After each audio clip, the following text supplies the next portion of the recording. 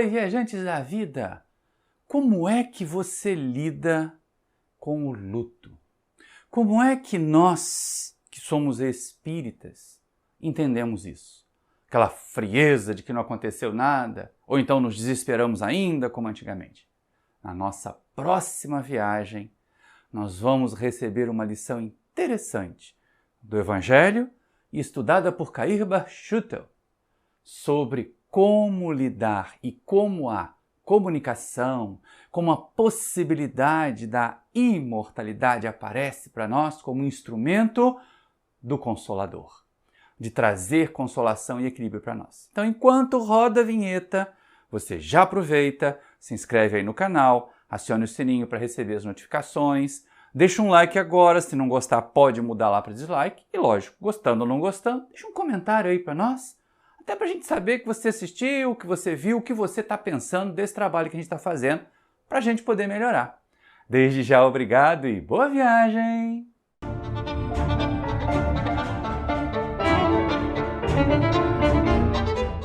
Queridos irmãos, queridas irmãs do Movimento Espírita, que Jesus nos ampare nesse momento de estudos.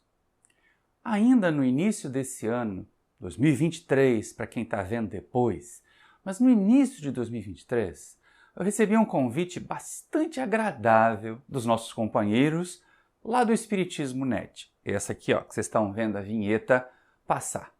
E eu era uma oportunidade de estudar o livro Parábolas e Ensinos de Jesus, do nosso companheiro Kair Bar Schutel, um livro de 1938, em que esse companheiro, hoje no mundo espiritual, benfeitor e disciplinador dessa tarefa lá do Espiritismo Net, traz considerações sobre o Evangelho, avaliações, análises sobre a mensagem de Jesus à luz da doutrina espírita. E aí coube para mim um capítulo interessante que falava da chamada pesca milagrosa, uma das, né? Que tem mais de uma. Inclusive uma em que Jesus manda pescar o peixe para achar uma moeda lá dentro. Não é essa não. Essa aí é uma que aparece lá no Evangelho de João, lá no finalzinho do Evangelho de João, com uma forma de atestar a imortalidade, de garantir para todos nós, através da garantia dada aos discípulos, de que realmente nós não morremos, de que realmente a vida continua. E ela é tão interessante porque, assim, num primeiro momento, muita gente analisa a possibilidade dos peixes aparecerem, as perguntas que virão depois desse momento ali que os peixes aparecem, que são pescados.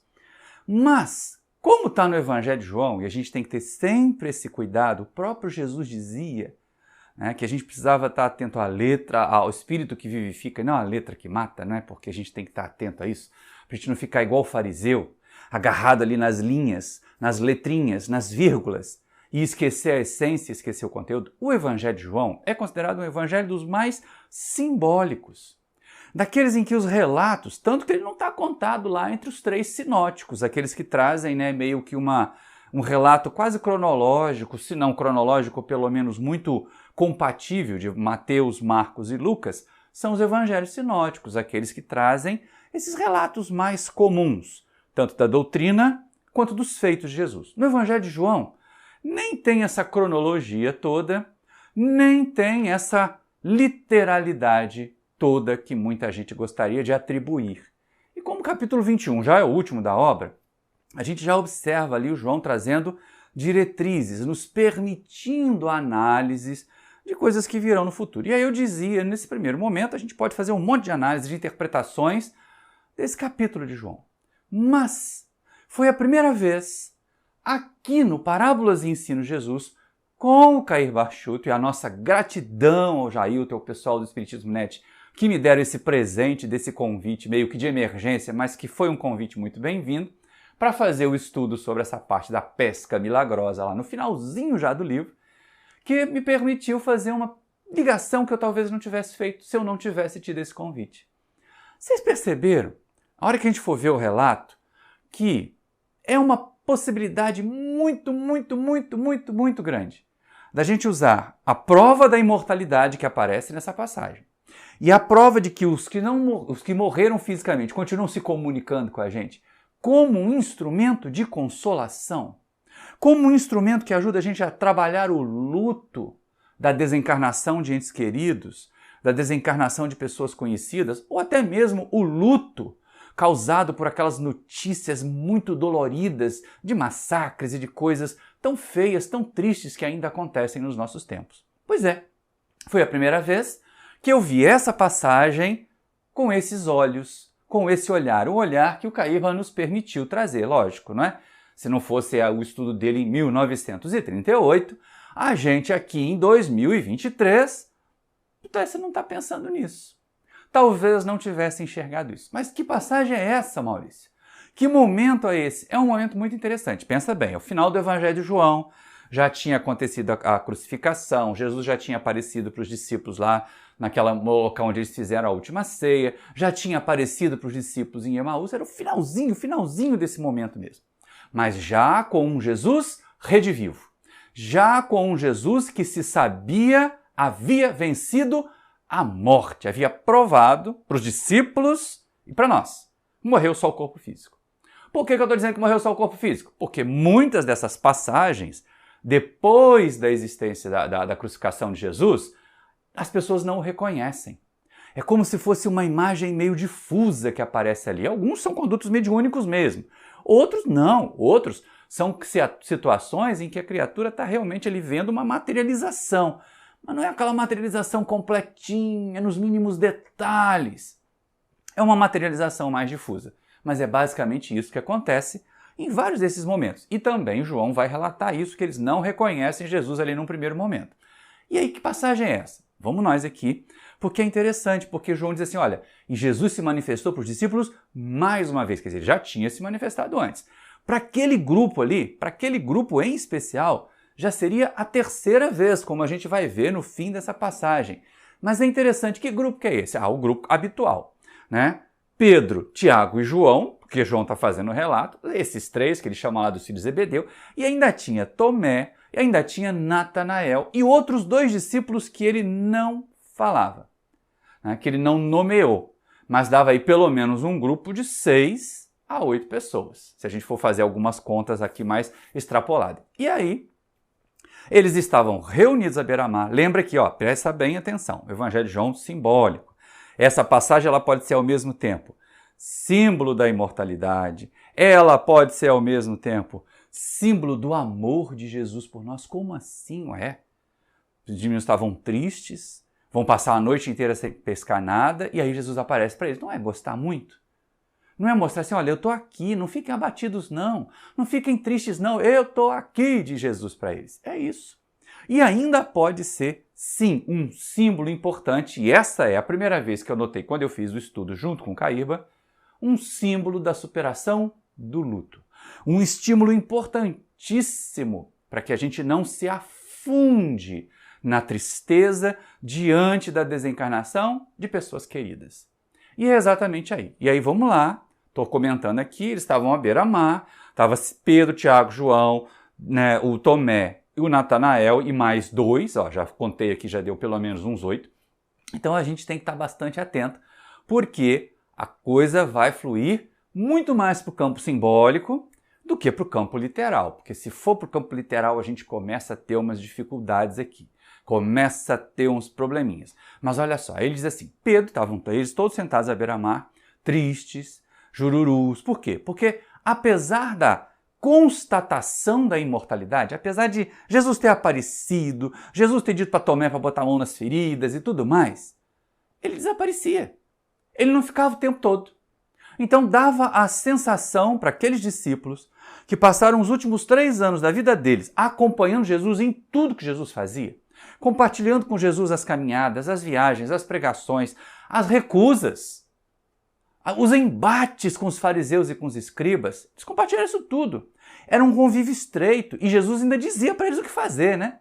Despacha os 12, despacha 500, despacha 70 para fazer uma série de pregações. Ele foi treinando. Jesus foi muito, muito inteligente. Ele foi treinando os trabalhadores para que eles continuassem trabalhando depois dele. Senão fica muito cômodo, né? Você só é trabalhador enquanto seu mestre está ali. Acabou o mestre e você não trabalha mais? Não é isso que Jesus queria, não. Não é isso que ele queria naquele tempo, não é isso que ele quer agora de nós, mesmo diante da tristeza do luto. Mas eles estavam tristes. Eles estavam tristes. Primeiro, porque é desafiador. O que nós vamos fazer agora que Jesus não está mais conosco? Ele nos deu a mensagem, ele nos apresentou a doutrina, ele mostrou como é que faz, ele ensinou como é que faz, porque eles também faziam, né, desobsessão, eles também curavam. E agora que ele não está mais aqui, como é que a gente vai fazer? Essa talvez seja a primeira e a mais aterradora dúvida desses discípulos que estavam ali reunidos à beira do mar, em Cafarnaum. Por quê? Porque é sair da zona de conforto, né? É tão bom você fazer alguma coisa que alguém mandou você fazer, porque você confia que essa pessoa é maior, que ele é um sábio, que ele é um mestre. Porque se der errado, a gente corre para ele. Não foi assim que eles fizeram com aquele menino que eles não conseguiram livrar do espírito obsessor e tiveram que procurar Jesus? Aqui, ó, Jesus, a gente não conseguiu curar. Pois é. Se der errado, corre para o mestre. Mas agora não tinha mais o mestre. Sabia que Jesus não ia ficar mais com eles?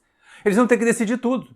Não só eles iam ter que decidir o que fazer, como eles iam ter que decidir quando, como e arcar com as consequências, inclusive com as consequências dos fracassos. Bom, e aí Pedro, que estava nesse ar de tristeza ali, sentindo esse peso da responsabilidade e o peso da tristeza de não estar com Jesus o tempo todo, resolve fazer o que muitos de nós também fazemos, fugir.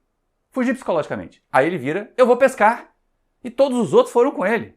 E aí João relata que eles passam a noite inteira lançando redes, e não pescam nada. Quando já começava a amanhecer, mas ainda era ali aquela transição da noite para a madrugada, né, para começar a aparecer aquela primeira coisinha mais clara no céu, o barco já se aproximava da terra e aí diz João, um homem lá da praia perguntou, irmãos, tem algo que comer? E eles respondem, não pescamos nada.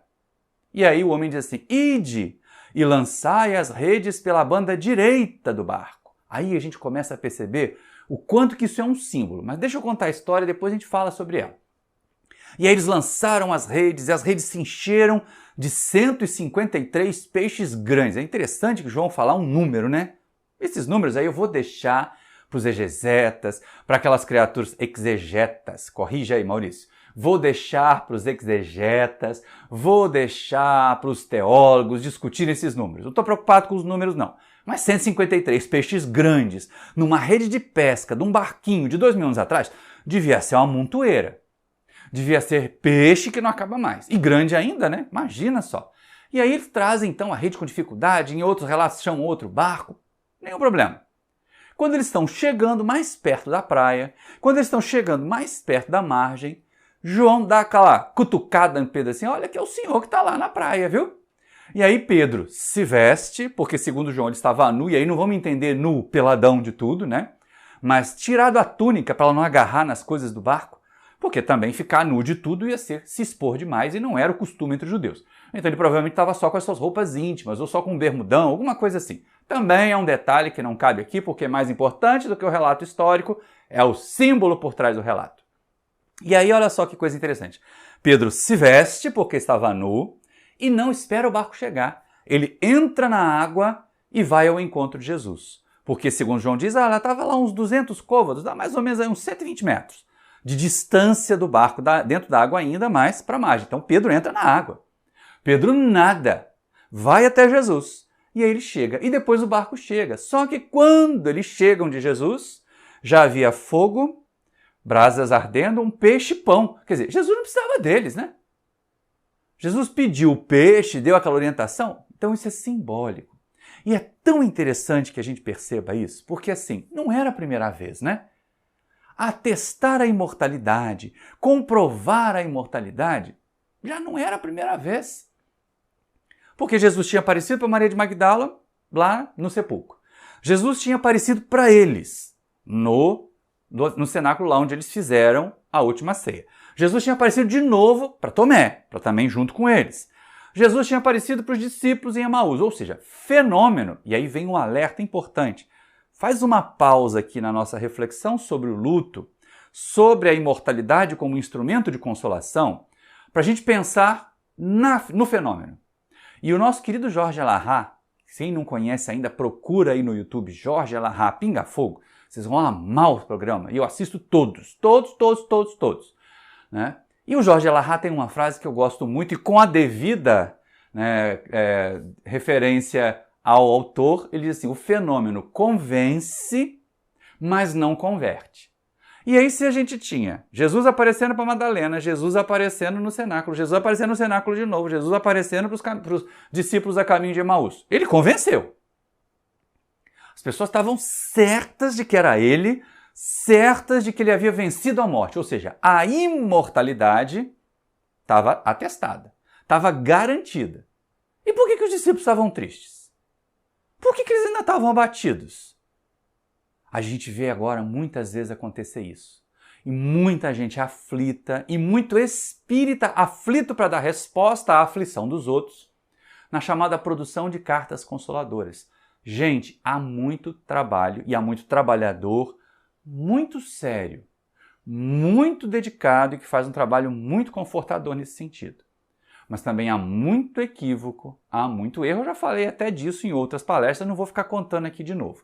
Mas também há muito embuste. A gente tem que tomar muito cuidado para não cair nessas arapucas. Então verifica antes se tem necessidade, se alguém ainda tem necessidade do fenômeno para se convencer, embora ele jamais vá se converter, deixar que entre a sensação da imortalidade para ela consolar, porque é só ver o fenômeno, é só receber uma carta.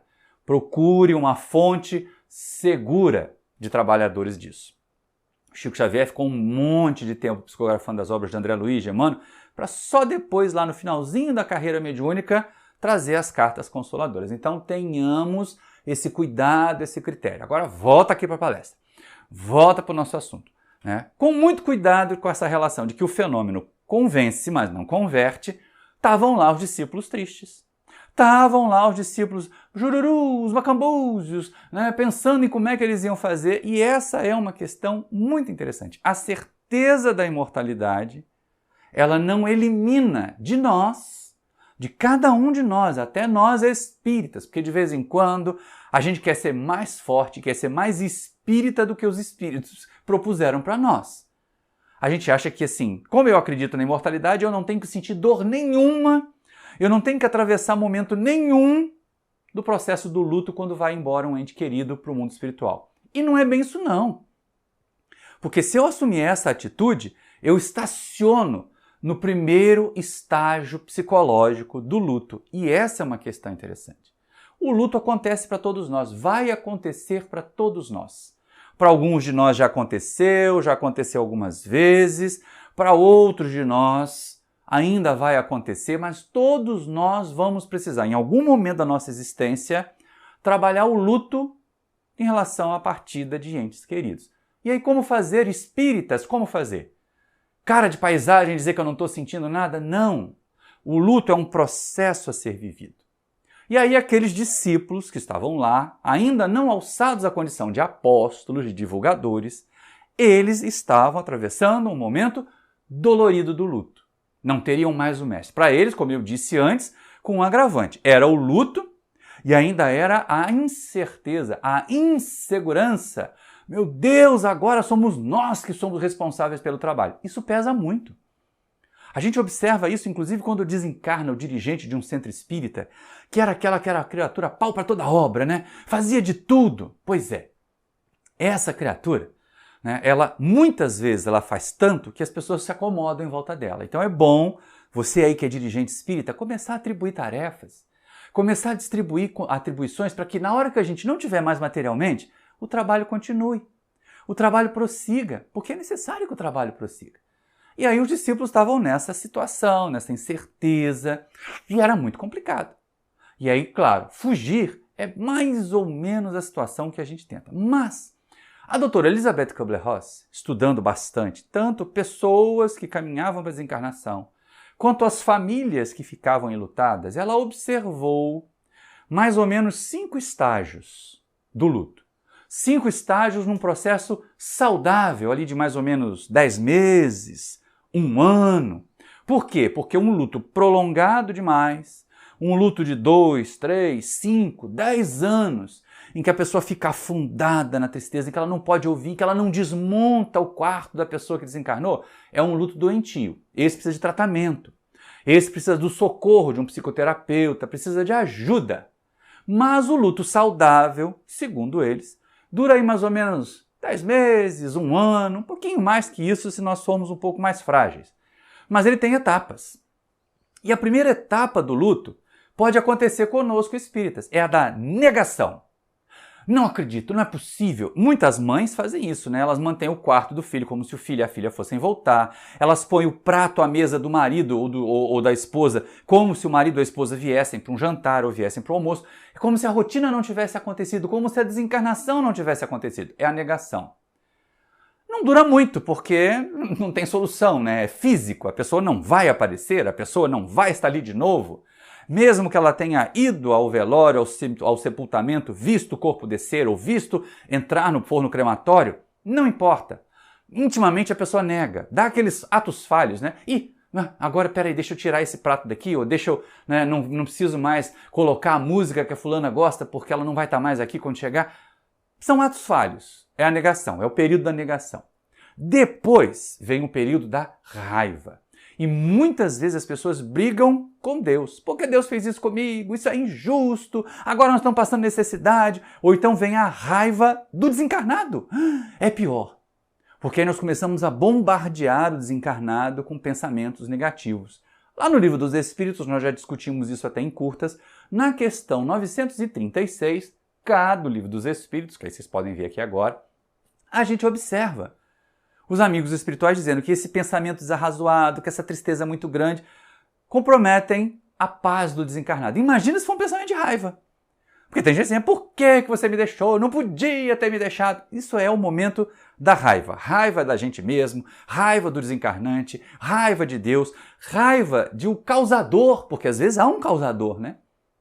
Se não é uma desencarnação por causas naturais, existe uma outra pessoa ou existem outro grupo de pessoas que tem responsabilidade. Se foi um ato violento, se foi um acidente, normalmente a gente procura culpar o responsável pelo acidente, culpar o assassino, é a raiva.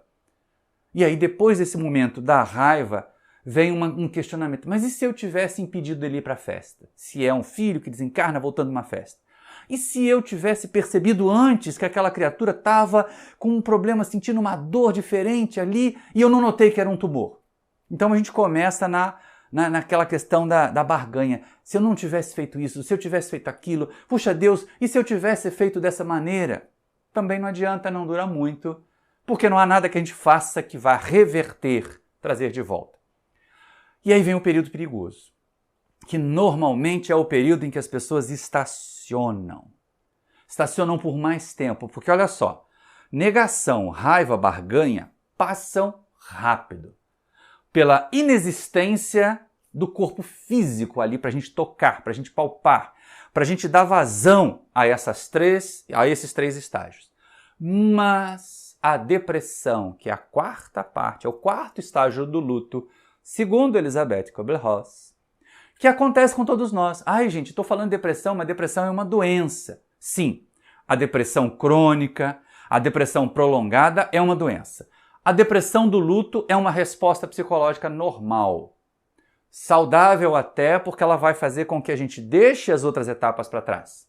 Deixe de fugir, deixe de sentir raiva, deixe de barganhar com Deus ou barganhar com a gente mesmo, tentando pensar no se eu fizesse isso, talvez tivesse evitado, e passe a sentir todo o peso da dor, da tristeza de não ter mais a presença física daquela pessoa junto de nós. Mas, e aí me faz lembrar de Gilberto Gil, que eu já falei também, né? Se essa depressão se alonga demais, se ela vira um chororô permanente, a gente precisa buscar ajuda terapêutica. Não estacionemos na depressão do luto. E voltando então aqui ao Caíba Schutter, voltando ao Evangelho de João, aquele momento, na beira da praia, os discípulos estavam vivendo fuga no sentido, vou pescar, vou fazer alguma coisa que eu não tenha que pensar, e depressão. Misturou. Essas etapas elas não são necessariamente consecutivas. A gente pode viver momentos de fuga, momentos de depressão, momentos de raiva, momentos de barganha.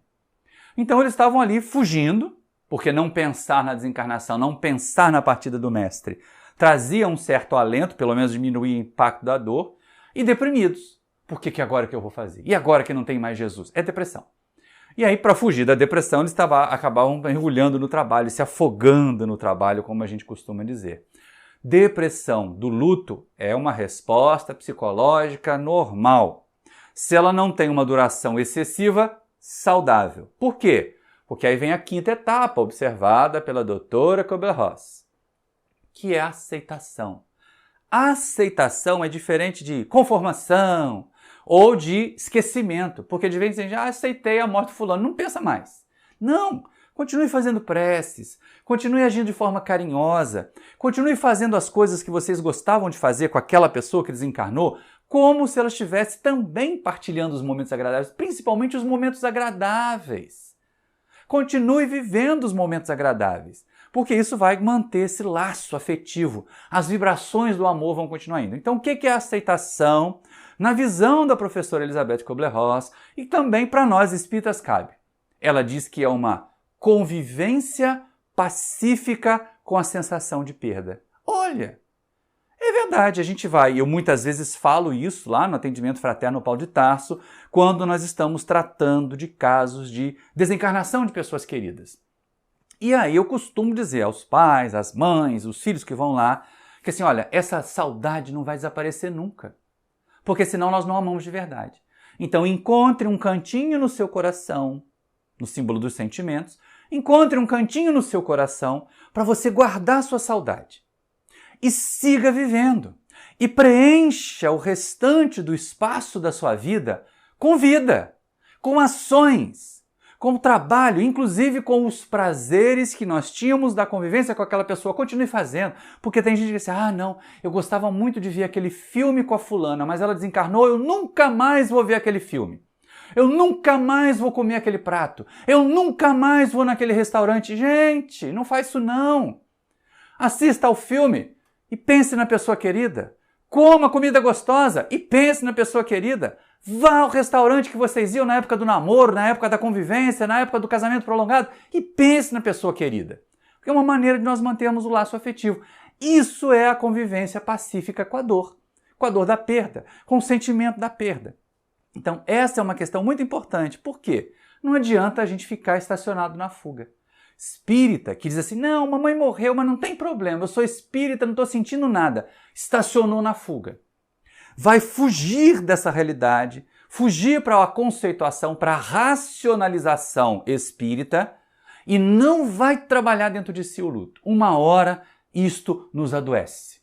Uma hora essa sensação de perda não trabalhada, não educada, não transformada em aceitação, ela vai pesar até no nosso organismo físico. Então, se a gente não quer adoecer nem física, nem mentalmente, deixa o luto fluir. O Isaías Claro, no livro Depressão, Causas, Consequências e Tratamento, fala basicamente a mesma coisa. Deixa o luto fluir. Agora, se ele se estender demais, se virar aquela coisa de estar sempre sombrio, de estar sempre com roupa escura, 5, 10 anos, está precisando de tratamento. Passou muito ali de um ano essa sensação de tristeza, essa sensação de recolhimento da sociedade, do convívio com outras pessoas, porque tem gente que fica tão presa no luto, por exemplo, de um marido, de uma esposa, que esquece dos filhos. Ou então que fica tão presa no luto pela desencarnação de um filho, que é uma dor enorme, que eu ainda não consigo nem imaginar e espero não ter que imaginar nessa existência. Mas, se ela vier, a gente vai ter que trabalhar.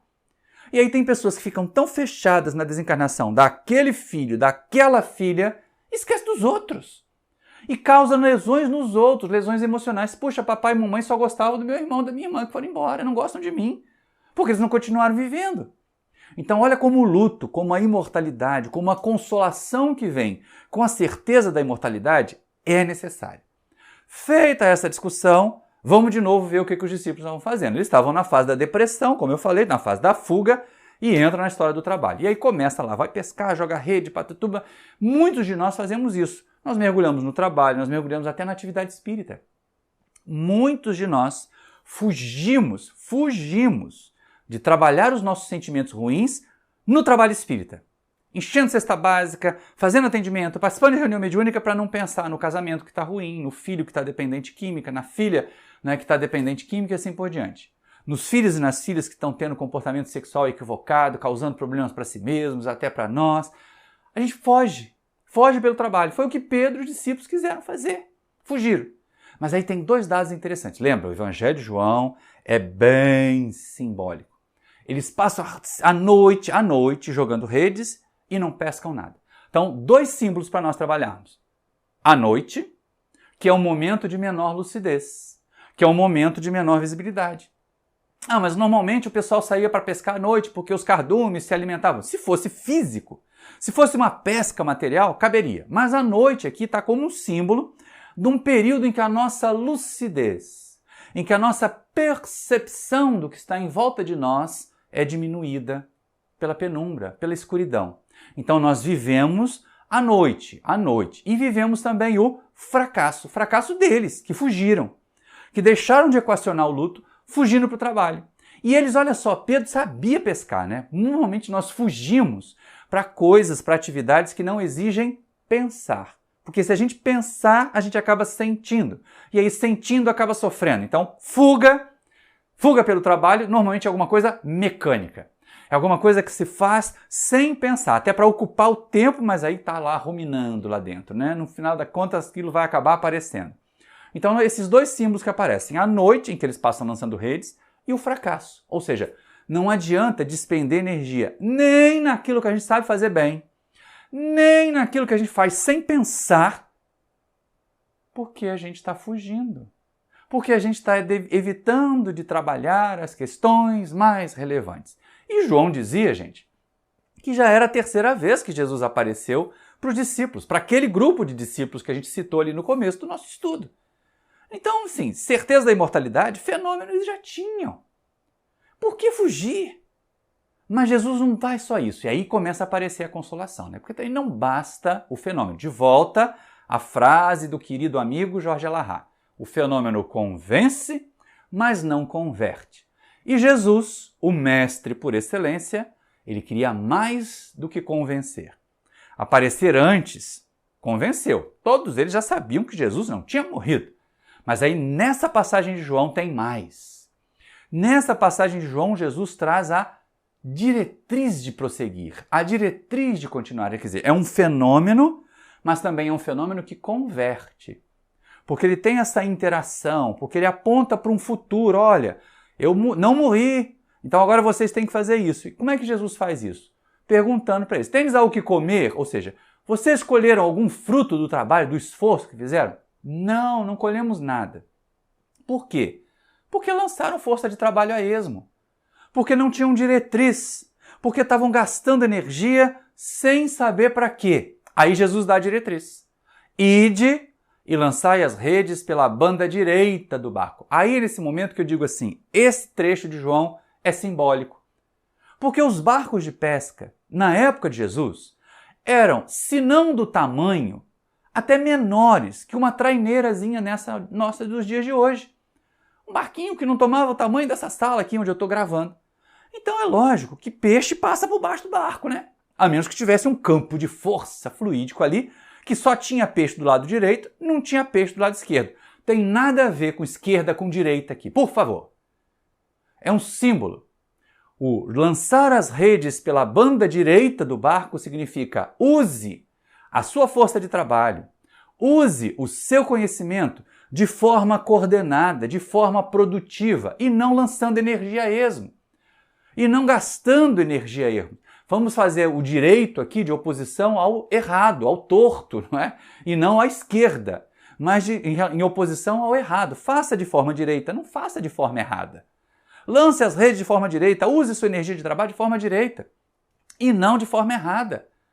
Porque aí o que acontece? Quando a gente canaliza o trabalho, quando a gente canaliza a inteligência para a produção, para a adequação ao que tem necessidade, a gente consegue os resultados. E aí vem os tais 153 grandes peixes que João fala. Esquece esse número aí. Não sei explicar qual é o motivo dele, não me cabe. Vai perguntar para um teólogo, vai perguntar para um exegeta.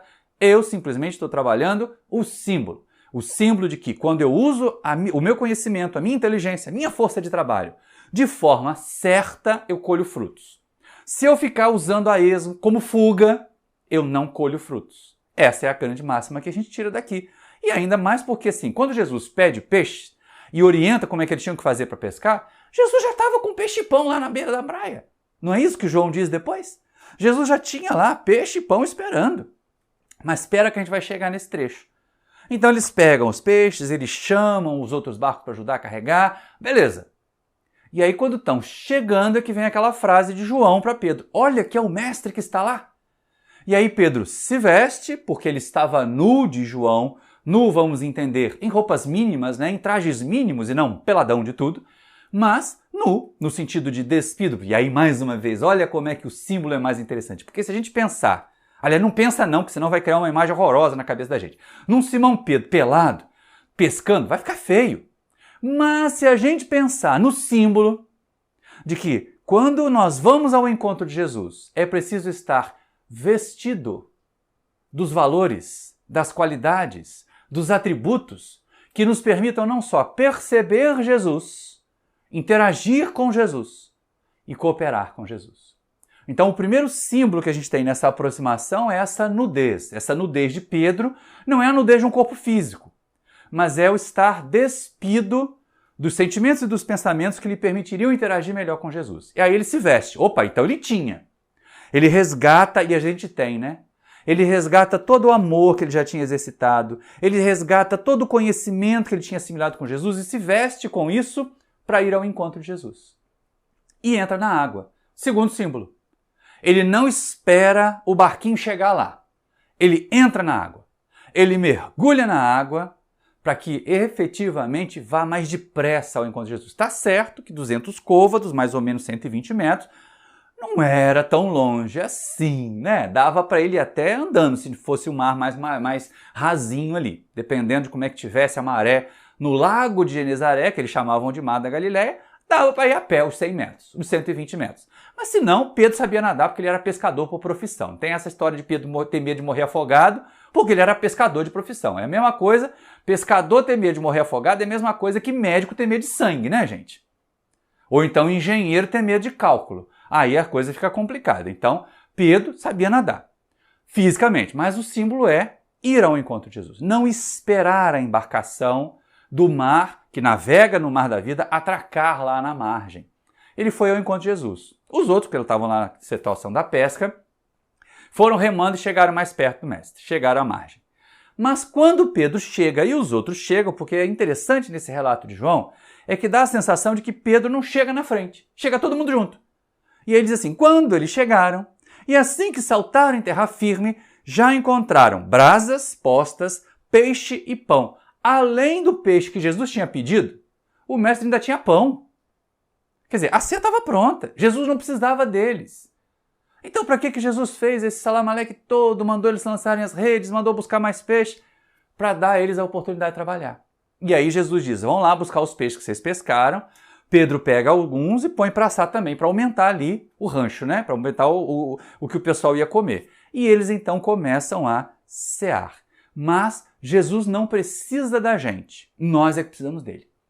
O trabalho não precisa da gente. Você que está achando aí que é o bambambam do centro espírita, que sem você o trabalho não anda, se prepare.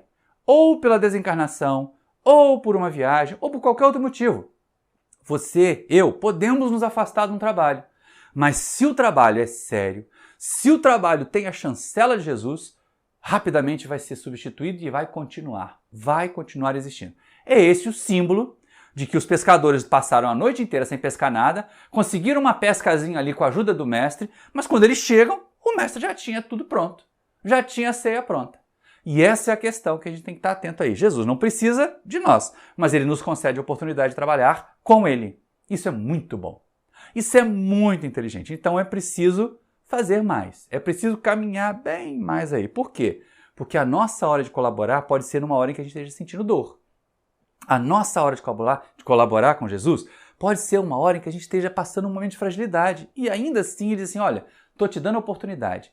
Já aconteceu de nós termos um problema pessoal, mas a tarefa espírita nos exigir atender criaturas que estavam atravessando um momento semelhante.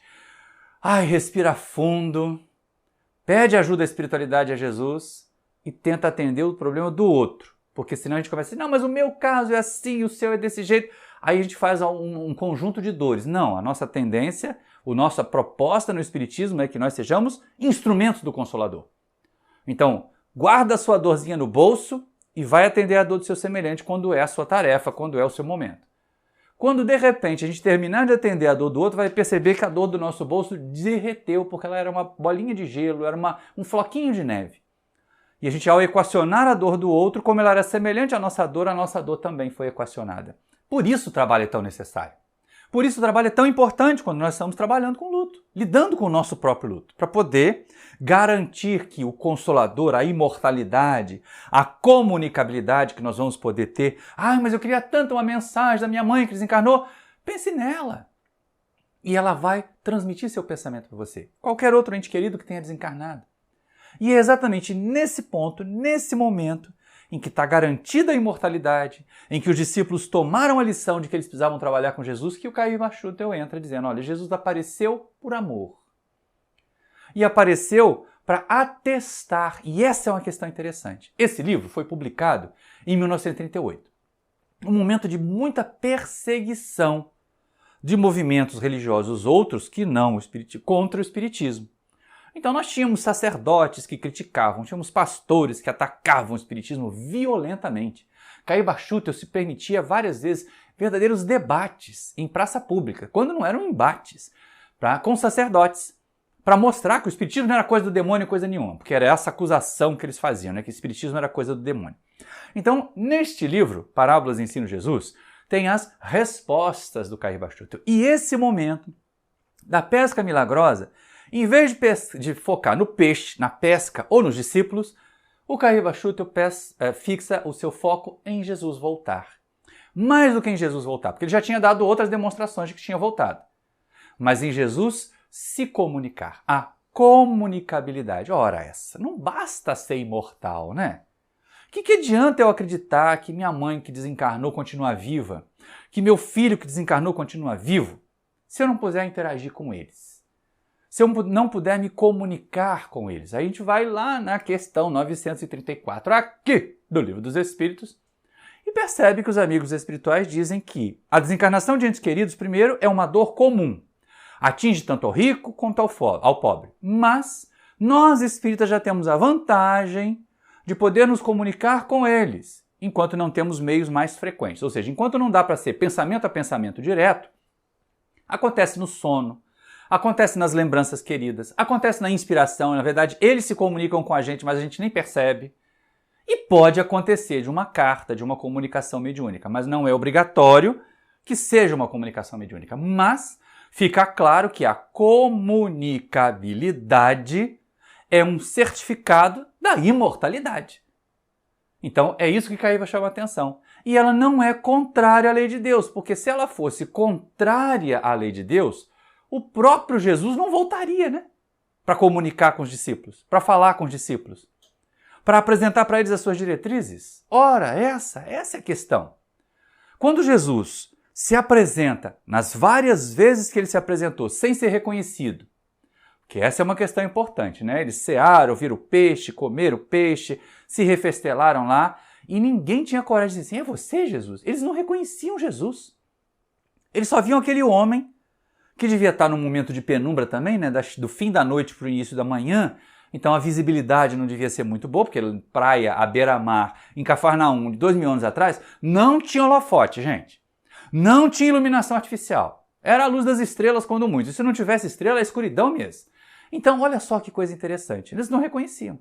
Mas reconheciam Jesus ao partir do pão, reconheciam Jesus pelos seus atos. Pela comunicação. Comunicação, às vezes, não é só verbal. Pela comunicação corporal, inclusive. A maneira de agir, a maneira de acolher, dizia para eles, é Jesus. Às vezes nós vamos encontrar o nosso ente querido numa outra pessoa que nós fomos ajudar. É uma comunicação mediúnica. Não, não é uma comunicação mediúnica. É um gesto, é uma frase que, como nós estamos muito fechados, muito presos ainda na dor, ainda muito enlutados, não abrimos a mente para receber. E aí os benfeitores espirituais ou aquela própria pessoa querida sugerem a um terceiro uma frase, uma lembrança, um gesto que nos recorde que aquele ente que nós amamos continua vivo. E o próprio Jesus assumiu esta atitude de mostrar que continuava vivo e que, porque continuava vivo, podia se comunicar com a gente. Podia se comunicar com eles e podia se comunicar conosco. É interessante porque quando Caíba diz isso, ele desmonta a tal da proibição de Moisés, que existe lá no livro de Êxodos, que era em relação ao abuso das comunicações com os desencarnados e não a comunicação em si. Era a história de ficar fazendo previsão do futuro, de querer saber se vendia o gado, se não vendia o gado, onde é que tinha um tesouro. Era essa exploração do mundo espiritual que Moisés proibiu. Mas a comunicação, ele mesmo se comunicou várias vezes com os espíritos, né? Chamado lá Elohim, que não era Deus coisa nenhuma, era o espírito protetor daquele conjunto de pessoas, daquele povo. Ou também, talvez, até o guia espiritual do Moisés ali para ele fazer o seu trabalho de médium, de revelador e de certa maneira, legislador do povo judeu naquele momento da saída do Egito.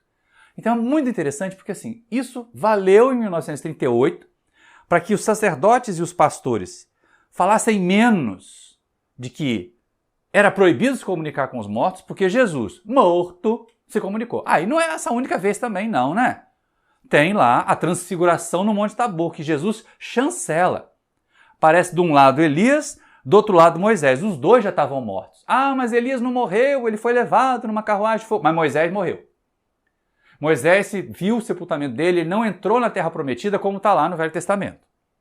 Então Jesus falava com os mortos. Jesus conversava com os mortos. Aboliu a proibição de Moisés, mas ele não aboliu a proibição do abuso. Ele aboliu apenas a proibição da comunicação pura e simples. E aí ele mesmo, depois de morto seu corpo físico, reaparece.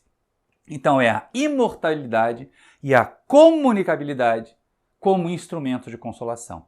E é interessante porque assim, o Evangelho de João termina ali, mas logo depois começam os Atos dos Apóstolos, né? E a gente vê como que aqueles trabalhadores estavam ativos.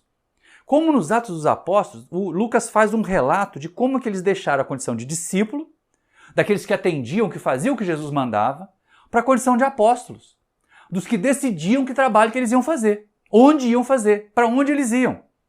Então é muito interessante porque assim, parece que esse evento ali no Evangelho de João foi uma virada de chave. Desliga o discípulo, que é dependente, desliga o discípulo que fica esperando acontecer e liga o apóstolo. Liga o trabalhador, liga o continuador, liga o disseminador da mensagem. Exatamente isso que aconteceu. E aí a gente começa a perceber com que alegria a imortalidade e a comunicabilidade trazem consolação. Aí vem um questionamento. O que é que nós estamos fazendo dessa certeza consoladora da imortalidade, dessa certeza confortadora de que nós podemos nos comunicar com os entes queridos? Porque muitos de nós, como a gente vê, vai lá, corre, pega uma carta consoladora e diz: olha só, o meu ente querido está vivo. Guarda a carta consoladora na gaveta e continua vivendo do mesmo jeito. Não se transforma em nada. Ou seja, convenceu, mas não converteu, como diz Elahá. E aí a gente precisa parar para pensar, o que eu estou fazendo? O que essa certeza da imortalidade traz para mim? Primeiro, eu tenho certeza que eu também sou imortal? E se eu sou imortal, eu estou vivendo mais para as coisas da terra desse momento que são passageiras ou para o ser espiritual imortal que eu sou? Primeiríssima pergunta a fazer. E aí olha que coisa interessante, né? Essa percepção da imortalidade, essa percepção da nossa própria imortalidade, ela aparece na continuação. Quando o João vai encerrar o seu evangelho, ele diz assim, depois deles terem ceado, eles se alimentado, Jesus se ergue, e aí Pedro, ato contínuo, se ergue também. E ele pergunta assim, Simão, filho de Jonas, amas-me mais que a estes? E aí Pedro responde, sim, Senhor, eu te amo. Então apacenta os meus cordeiros, na tradução do evangelho que eu tenho. E aí Pedro começa a pensar na tarefa enorme, né? Cordeiro, macho dos ovinos, ele tem lá que fazer uma pregação. Só os homens eram objeto de interesse nas pregações, nas mensagens. Embora Jesus fosse acompanhado por muitas mulheres, conversasse com mulheres na rua, não era o hábito do povo judeu. Então nessa primeira diretriz, Pedro parece que está recebendo a mensagem assim, vai procurar os homens. Mas aí antes que Pedro pense no tamanho da tarefa, porque se fosse, mesmo que fossem só os homens, já era uma tarefa gigante para ele, um pescador, Jesus pergunta de novo, Simão, filho de Jonas, tu me amas? Bom, se eu estivesse lá, sentindo culpa danada, porque eu neguei Jesus umas noites anteriores, eu ia começar a ficar assim, fosse fiar a barba que eu não tenho aqui, mas eu teria lá. Aí será que a morte deixou ele surdo? Deixa eu falar mais alto. E aí Pedro diz assim, Senhor, tu sabes que eu te amo. Sem nenhuma afetação, Jesus prossegue, então apacenta as minhas ovelhas, agora as fêmeas. O macho e a fêmea da mesma espécie que são os ovinos. Ou seja, é um trabalho maior ainda. E aí pela terceira vez Jesus pergunta, Simão, filho de Jonas, tu me amas? E aí em Pedro, a gente nota isso que João fala, e chorando, Pedro dizia, sim, Senhor, tu sabes que eu te amo. Ou seja, a culpa falou mais alto ali. Eu neguei ele 3 vezes, ele perguntou 3 vezes se eu amo, Jesus não confia em mim, e Pedro chora. Mas Jesus não se afeta com isso, não se abala, e nem deixa Pedro se afundar na tristeza. Essa é a questão. Quando nós nos surpreendemos ali nas nossas falhas, nas nossas fragilidades, até na culpa que sentimos por algum erro cometido, não nos permitamos abater. Não nos deixemos cegar pela culpa. Porque Jesus não deixou Pedro cegar, não. Ele disse assim, então apacenta as minhas ovelhas. Terceira vez. Só deu trabalho para Pedro. A melhor maneira de nós sairmos da inferioridade é trabalhar no bem. É realizar o bem. E essa é uma questão importante. E aí, terminado isso, Jesus ainda faz um alerta. Olha, em verdade, quando eras jovem, tu te cingias a ti mesmo e ia para onde querias. Mas eu te digo que quando fores velho, estenderás a mão, alguém te cingirá e te levará para onde não queiras ir. João interpretou isso como se fosse uma espécie de profecia sobre a forma como Simão Pedro viria a ser sacrificado, a dar a sua vida pela causa. Mas é só uma questão mesmo da diretriz, de seguir a determinação da tarefa, né? De abrir mão dos nossos interesses mais mesquinhos, do cingir a si mesmo e ir para onde a gente quer e fazer com que a gente vá para onde é necessário. Até para onde a gente não quer, mas que é necessário estar lá, então a gente vai. E aí, lógico que ninguém tem que fazer o trabalho com mau gosto, com cara de maracujá que chupou limão, né? Mas a gente tem que estar bastante atento. Feito isso, falado isso, Jesus começa, no relato de João, a caminhar e diz para Pedro, segue-me. Pedro havia amadurecido. É engraçado, porque quando ele chora depois da negação, e ali quando ele chora de novo, para afirmar a Jesus que o amava por 3 vezes, Pedro dá uma amadurecida espiritual. Jesus nota que Pedro já está maduro, então ele diz, segue-me. Não é para um passeio à beira-mar. É segue-me nas tarefas. É segue-me na dedicação. É segue-me até mesmo ao sacrifício, se for necessário, como aconteceu no final da existência de Simão Pedro. Então, aqueles que estão maduros, aqueles que já estão consolados e que são capazes de consolar os outros, Jesus diz, vem e segue-me. Agora está na hora de você ser trabalhador comigo, que você amadureceu. E aí Pedro olha e João que estava lá meio sentado, e assim, eu vou ou não vou? Eu vou também ou não vou? Ele chamou a Pedro, mas será que me chamou? Aí Pedro vira para trás, como nós fazemos muitas vezes, é a minha família, a minha esposa, não sei o quê, não quer vir comigo para o centro. E aí, Senhor, conta aquele. E aí Jesus disse, eu quero que ele fique até que eu volte, que te importa a ti, segue-me tu. Ou seja, cada um de nós tem um tempo diferente. E olha que João era discípulo também. Pedro estava maduro emocionalmente para seguir Jesus. João ainda não estava. Então, essa é uma questão que a gente começa a perceber o seguinte, só saber da imortalidade, só saber da comunicabilidade não é suficiente. É necessário seguir com Jesus, trabalhar com Jesus, fazer a nossa parte. E isso demanda tempo. Não vamos pensar em salvação como aquele ato mágico, de que basta uma crença, de que bastam alguns sacramentos para nós alcançarmos um estado de felicidade. Não! O estado de felicidade é trabalho, é apacentar as ovelhas, é realizar as tarefas que Jesus nos confiou. Às vezes nós não temos um rebanho de 1000 ovelhas, mas nós temos aquelas 4 ovelhas que nasceram debaixo do nosso teto. O marido, a esposa, os filhos, são as ovelhas que nós temos para apacentar.